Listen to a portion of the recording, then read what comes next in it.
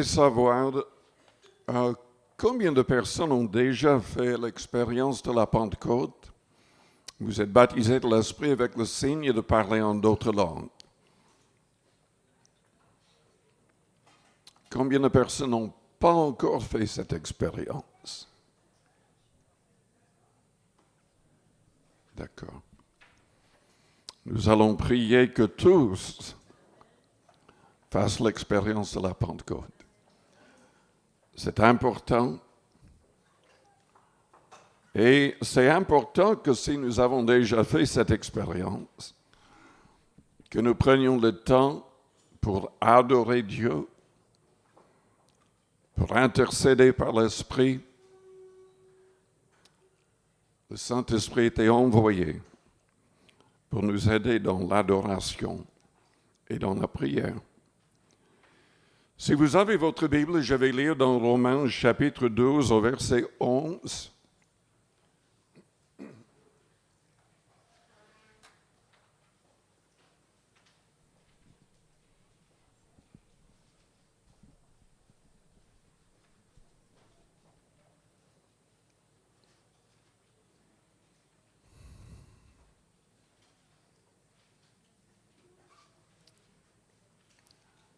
Le verset dit, « Ayez du zèle et non de la paresse, soyez fervents d'esprit, servez le Seigneur. » Servez le Seigneur.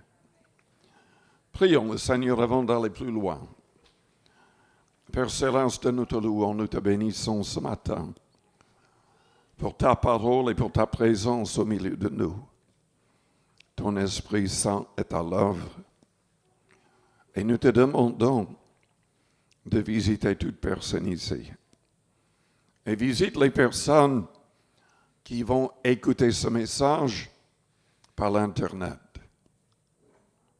Seigneur, dans le monde entier aujourd'hui, que ton Esprit remplisse les croyants. Façonne-nous à l'image de Jésus-Christ. Nous te le demandons en ce nom merveilleux de notre Seigneur. Amen.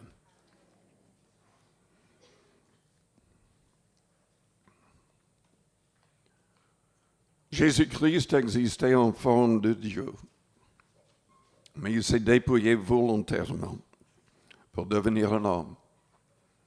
C'était pour nous sauver, nous racheter. Personne ne sera sauvé qui ne devient pas un vrai disciple du Christ. Jésus a souffert, il a accepté les clous dans ses mains, dans ses pieds. Il a accepté la flagellation, la couronne d'épines, par amour pour vous et pour moi.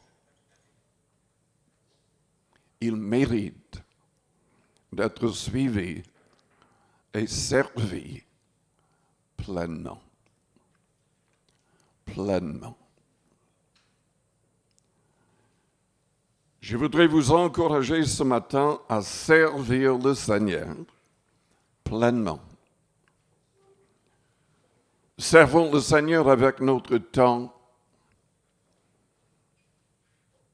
Combien de temps est-ce que vous mettez à part pour le Seigneur? Chaque jour. La Bible nous dit dans Éphésiens 5 de racheter le temps, car les jours sont mauvais. Servons le Seigneur par la puissance du Saint-Esprit, car c'est la meilleure manière de racheter le temps. Nous ne pouvons rien faire par nous-mêmes.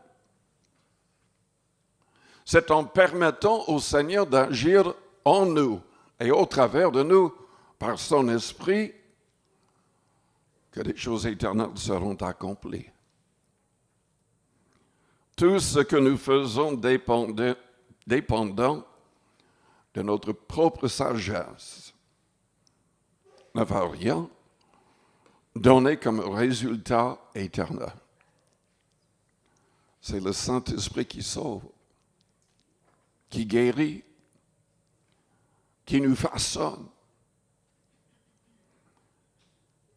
Jésus-Christ a dit à ses disciples de ne pas quitter la ville de Jérusalem. Pourtant, ils avaient déjà prêché, ils avaient déjà chassé des démons, ils avaient déjà prié pour des malades et il y avait des miracles. Jésus leur a dit, non, ne partez pas avant de recevoir la promesse du Père. Vous recevrez une puissance, le Saint-Esprit survenant sur vous, et vous serez mes témoins. Nous avons besoin de la puissance de la Pentecôte. Nous avons besoin de la plénitude du Saint-Esprit dans nos vies.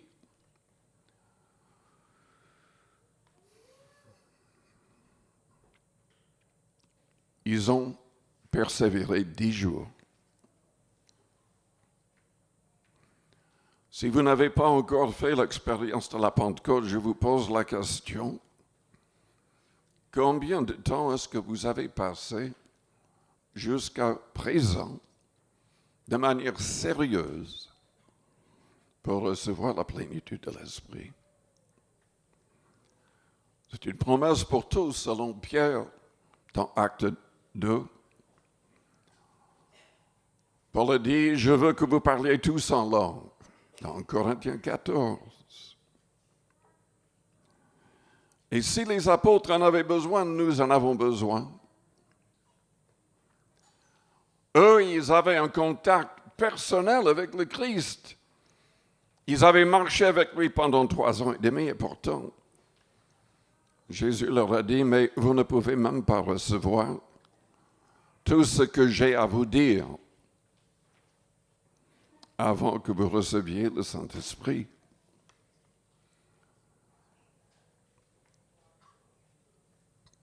Servons le Seigneur avec notre temps.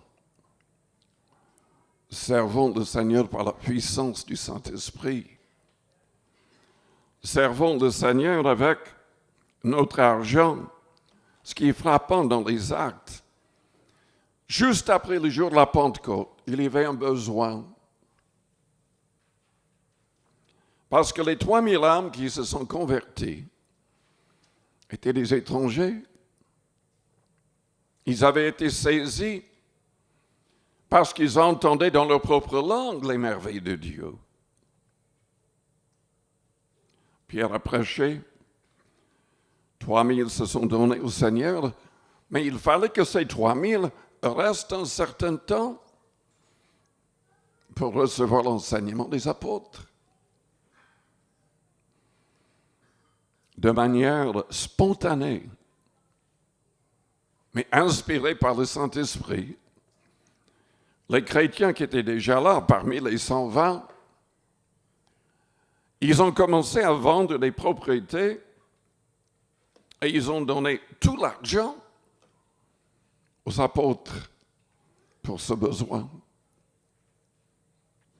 Quand le Saint-Esprit agit en nous, nous voulons donner de manière généreuse. Je me suis converti dans une église dans la ville de Détroit, au Michigan, aux États-Unis. Notre église était au sud, il y avait une autre assemblée de Dieu au nord. Et dans cette église au nord, il y avait un homme par le nom de Hergé Le Tourneau. Il voulait vraiment bénir le Seigneur par la foi avec son argent.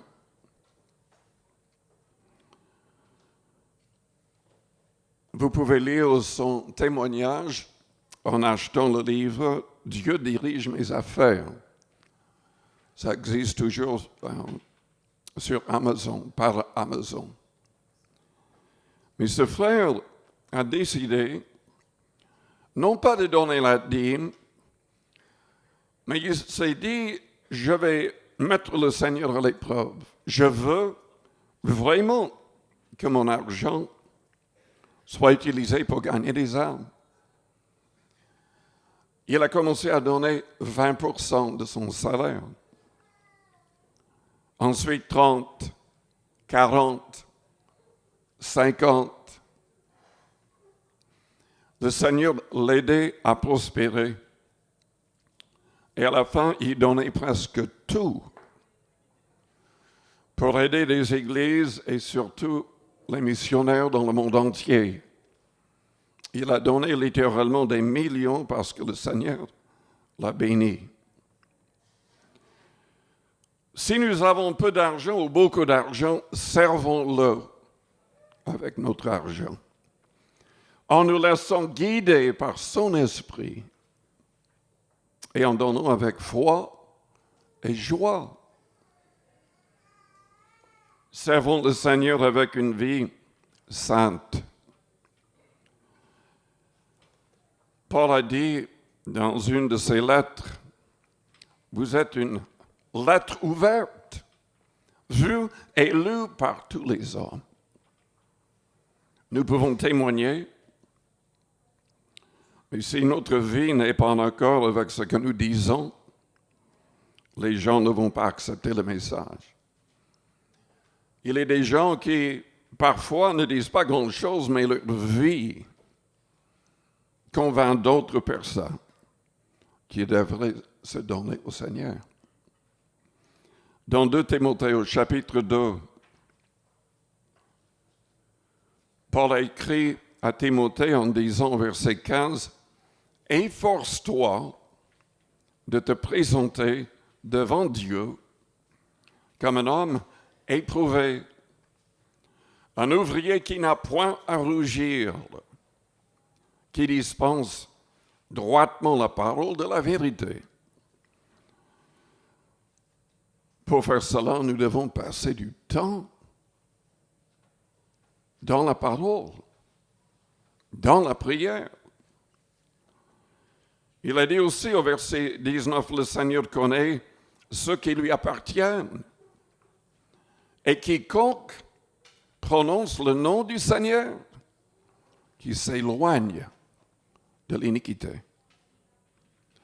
Dans une grande maison, il n'y a pas seulement des vases d'or et d'argent, mais il y en a aussi de bois et de terre.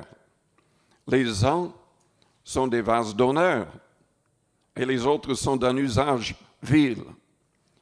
Si donc quelqu'un se conserve pur en s'abstenant de ces choses, il sera un vase d'honneur sanctifié, utile à son maître, propre à toute bonne œuvre.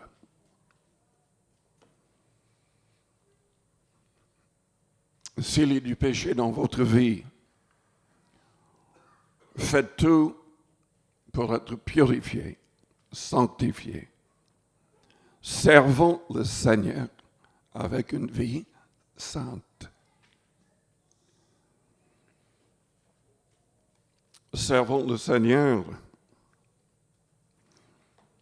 avec une vie de prière et d'intercession.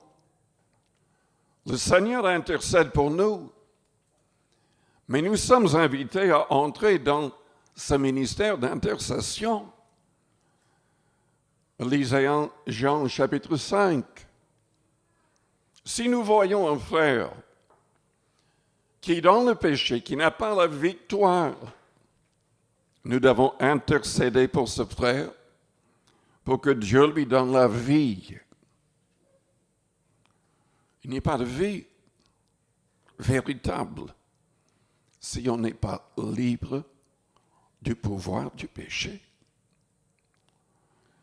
Jésus a dit, si le Fils vous affranchit, vous serez réellement libre. Mais c'est à nous d'intercéder pour les autres. C'est à nous, selon le Christ, de prier pour que Dieu suscite et envoie des ouvriers, car la moisson est grande, mais il y a peu d'ouvriers. Et nous lisons dans Romains chapitre 8, au verset 26, qu'en réalité, nous ne savons pas vraiment comment prier. Mais le Saint-Esprit nous aide. Même par des soupirs inexprimables. Et selon 1 Corinthiens 14, quand nous prions en langue, Dieu seul nous écoute. Et Et c'est en esprit que nous disons des mystères. Le Saint-Esprit veut intercéder au travers de nous. Je me suis converti sous le ministère d'un homme par le nom de Lester Sumrall. C'est un homme qui a été utilisé comme missionnaire dans le monde entier.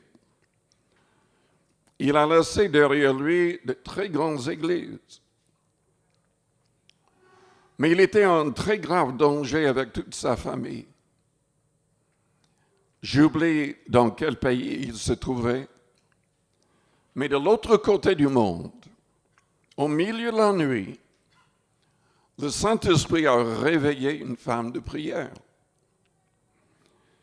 Elle a reçu une vision de cet homme et de sa famille en danger. Elle ne les connaissait pas, mais elle a commencé à prier en d'autres langues.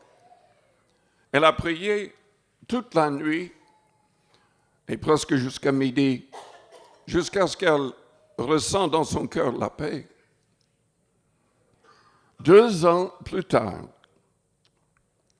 il est passé dans son église, dans l'église de cette femme. À la fin de la réunion, elle s'est approchée pour être sûre que c'était l'homme qu'elle avait vu en vision. Ils ont comparé les dates.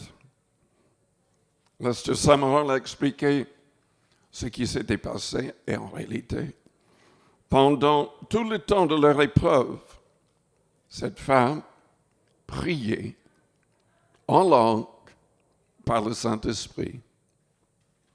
C'est un mystère. Mais Dieu veut agir ainsi au travers de chacun de nous. Servons-le par le Saint-Esprit avec une vie de prière. Servons-le avec foi. Est-ce que vous êtes un homme, une femme de foi? Est-ce que vous êtes combien de croyants est-ce que nous avons ce matin?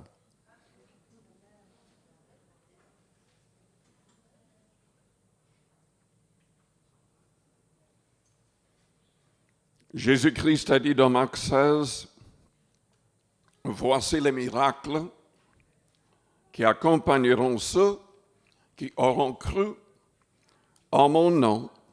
Ils chasseront les démons, ils parleront de nouvelles langues, ils saisiront des serpents, s'ils boivent quelque breuvage mortel, il ne leur fera point de mal.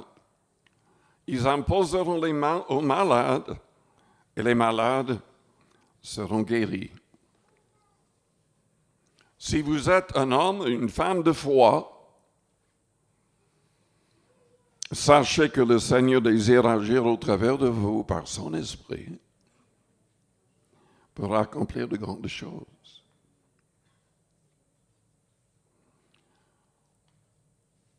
Le Seigneur envoie ses apôtres guérir les malades et ressusciter même les morts. Nous devrions agir, prier davantage avec foi pour que ces choses arrivent.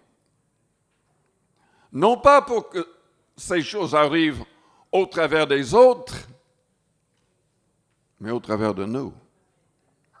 Ce sont les gens qui agissent avec foi. Quand en face du problème, qui vont voir les miracles.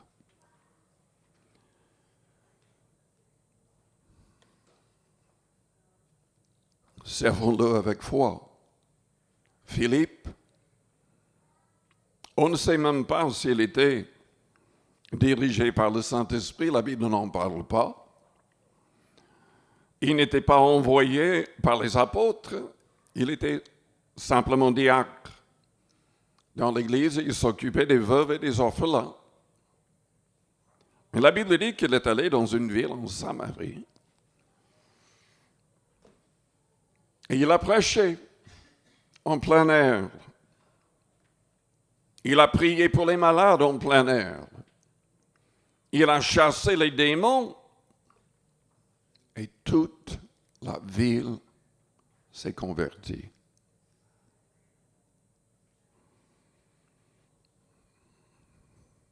Est-ce qu'il y a des gens qui vous attendent? Est-ce qu'il y a une ville qui vous attend?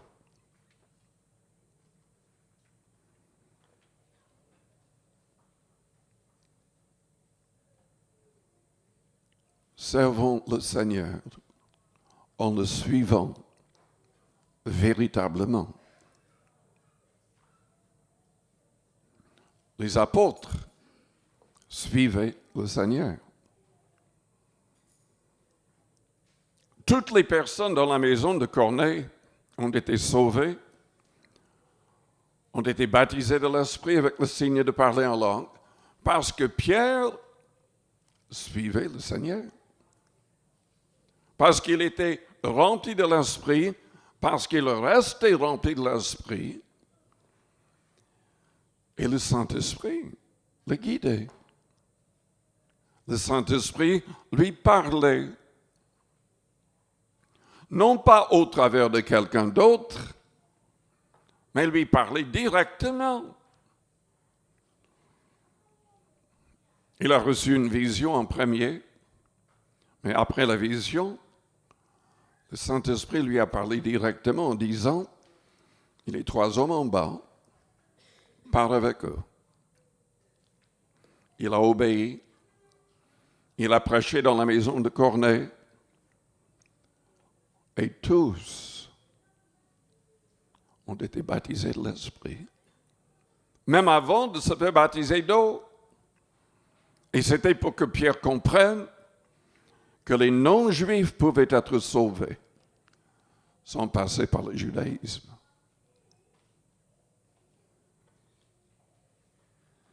Écoutez-moi bien.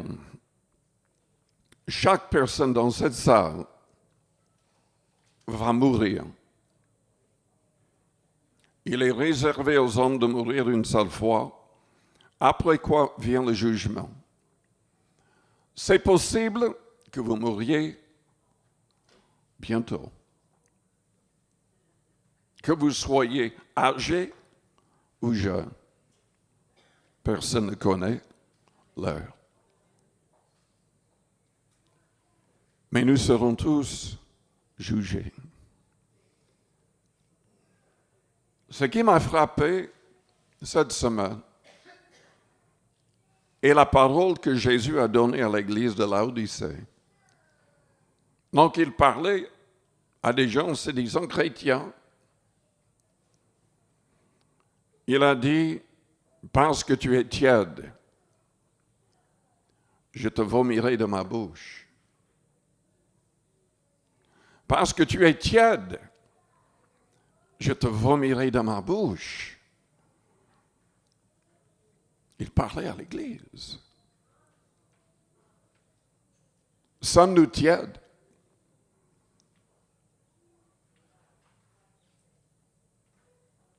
Sommes-nous tièdes?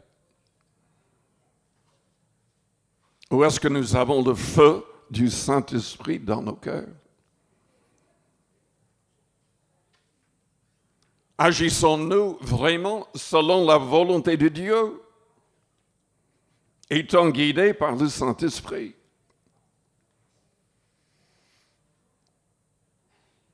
Vous recevrez une puissance, le Saint-Esprit survenant sur vous, et vous serez mes témoins. Je vous invite à fermer vos yeux, à courber vos fronts, avec les yeux fermés, les fronts courbés. Je vous demande d'analyser votre cœur et votre vie. Êtes-vous en train de racheter le temps? Ou est-ce que vous gaspillez votre temps dans des choses qui ne sont pas du tout importantes? Peut-être que ces choses sont même nuisibles et mondaines. Est-ce que le Saint-Esprit est en vous? Est-ce qu'il agit pleinement en vous et au travers de vous?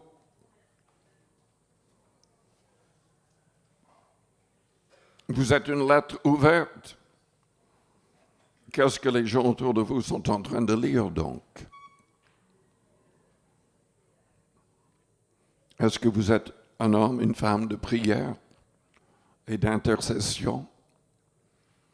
Est-ce que vous priez en langue chaque jour?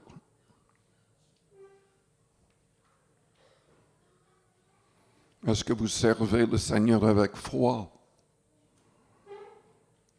Par vos actions?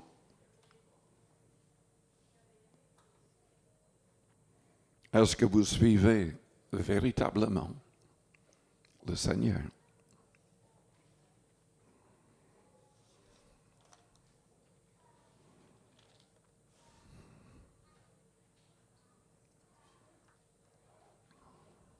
Si votre vie n'est pas en règle avec Dieu, mettez-la en règle. Invoquez le nom du Seigneur ce matin, à votre place. Quiconque invoquera le nom du Seigneur sera sauvé. Si nous confessons nos péchés, il est fidèle et juste pour nous les pardonner et pour nous purifier de toute iniquité. Confessez tout. Demandez à ce qu'il vous aide à abandonner tout ce qui est péché, tout ce qui est inutile, nuisible. Demandez ce matin qu'il vous donne la plénitude de son esprit, qui vous rend sensible à sa voix pour que vous puissiez vraiment suivre le Seigneur.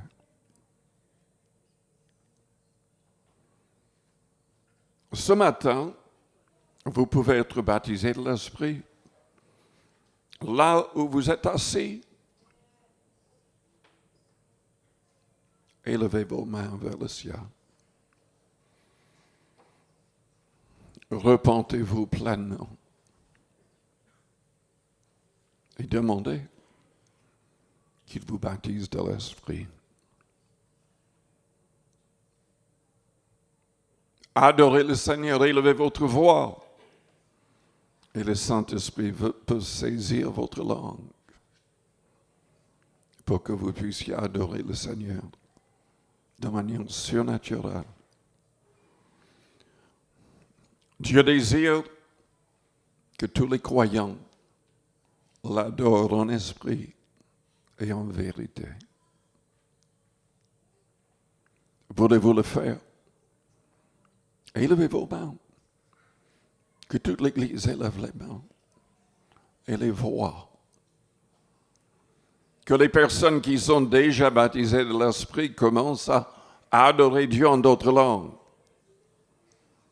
Prions les uns pour les autres. Que tous soient baptisés de l'Esprit. C'est le jour de la Pentecôte aujourd'hui. C'est la volonté de Dieu que toute son Église, que tous les membres de son Église dans le monde entier soient remplis de l'Esprit.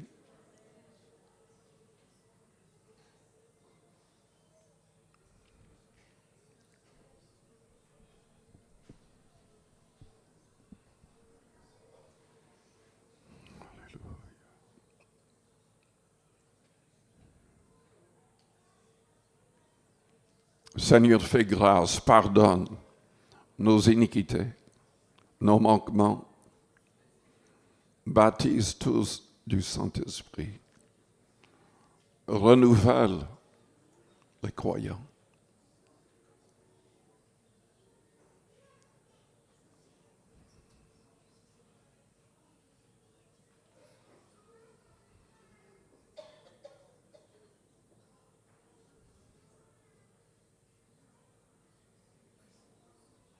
Je vais m'asseoir et je vais laisser agir le Saint-Esprit.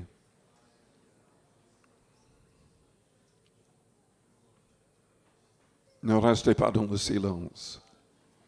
Adorez le Seigneur. Offrez-lui votre langue, vos lèvres, votre cœur, que son esprit vous remplisse.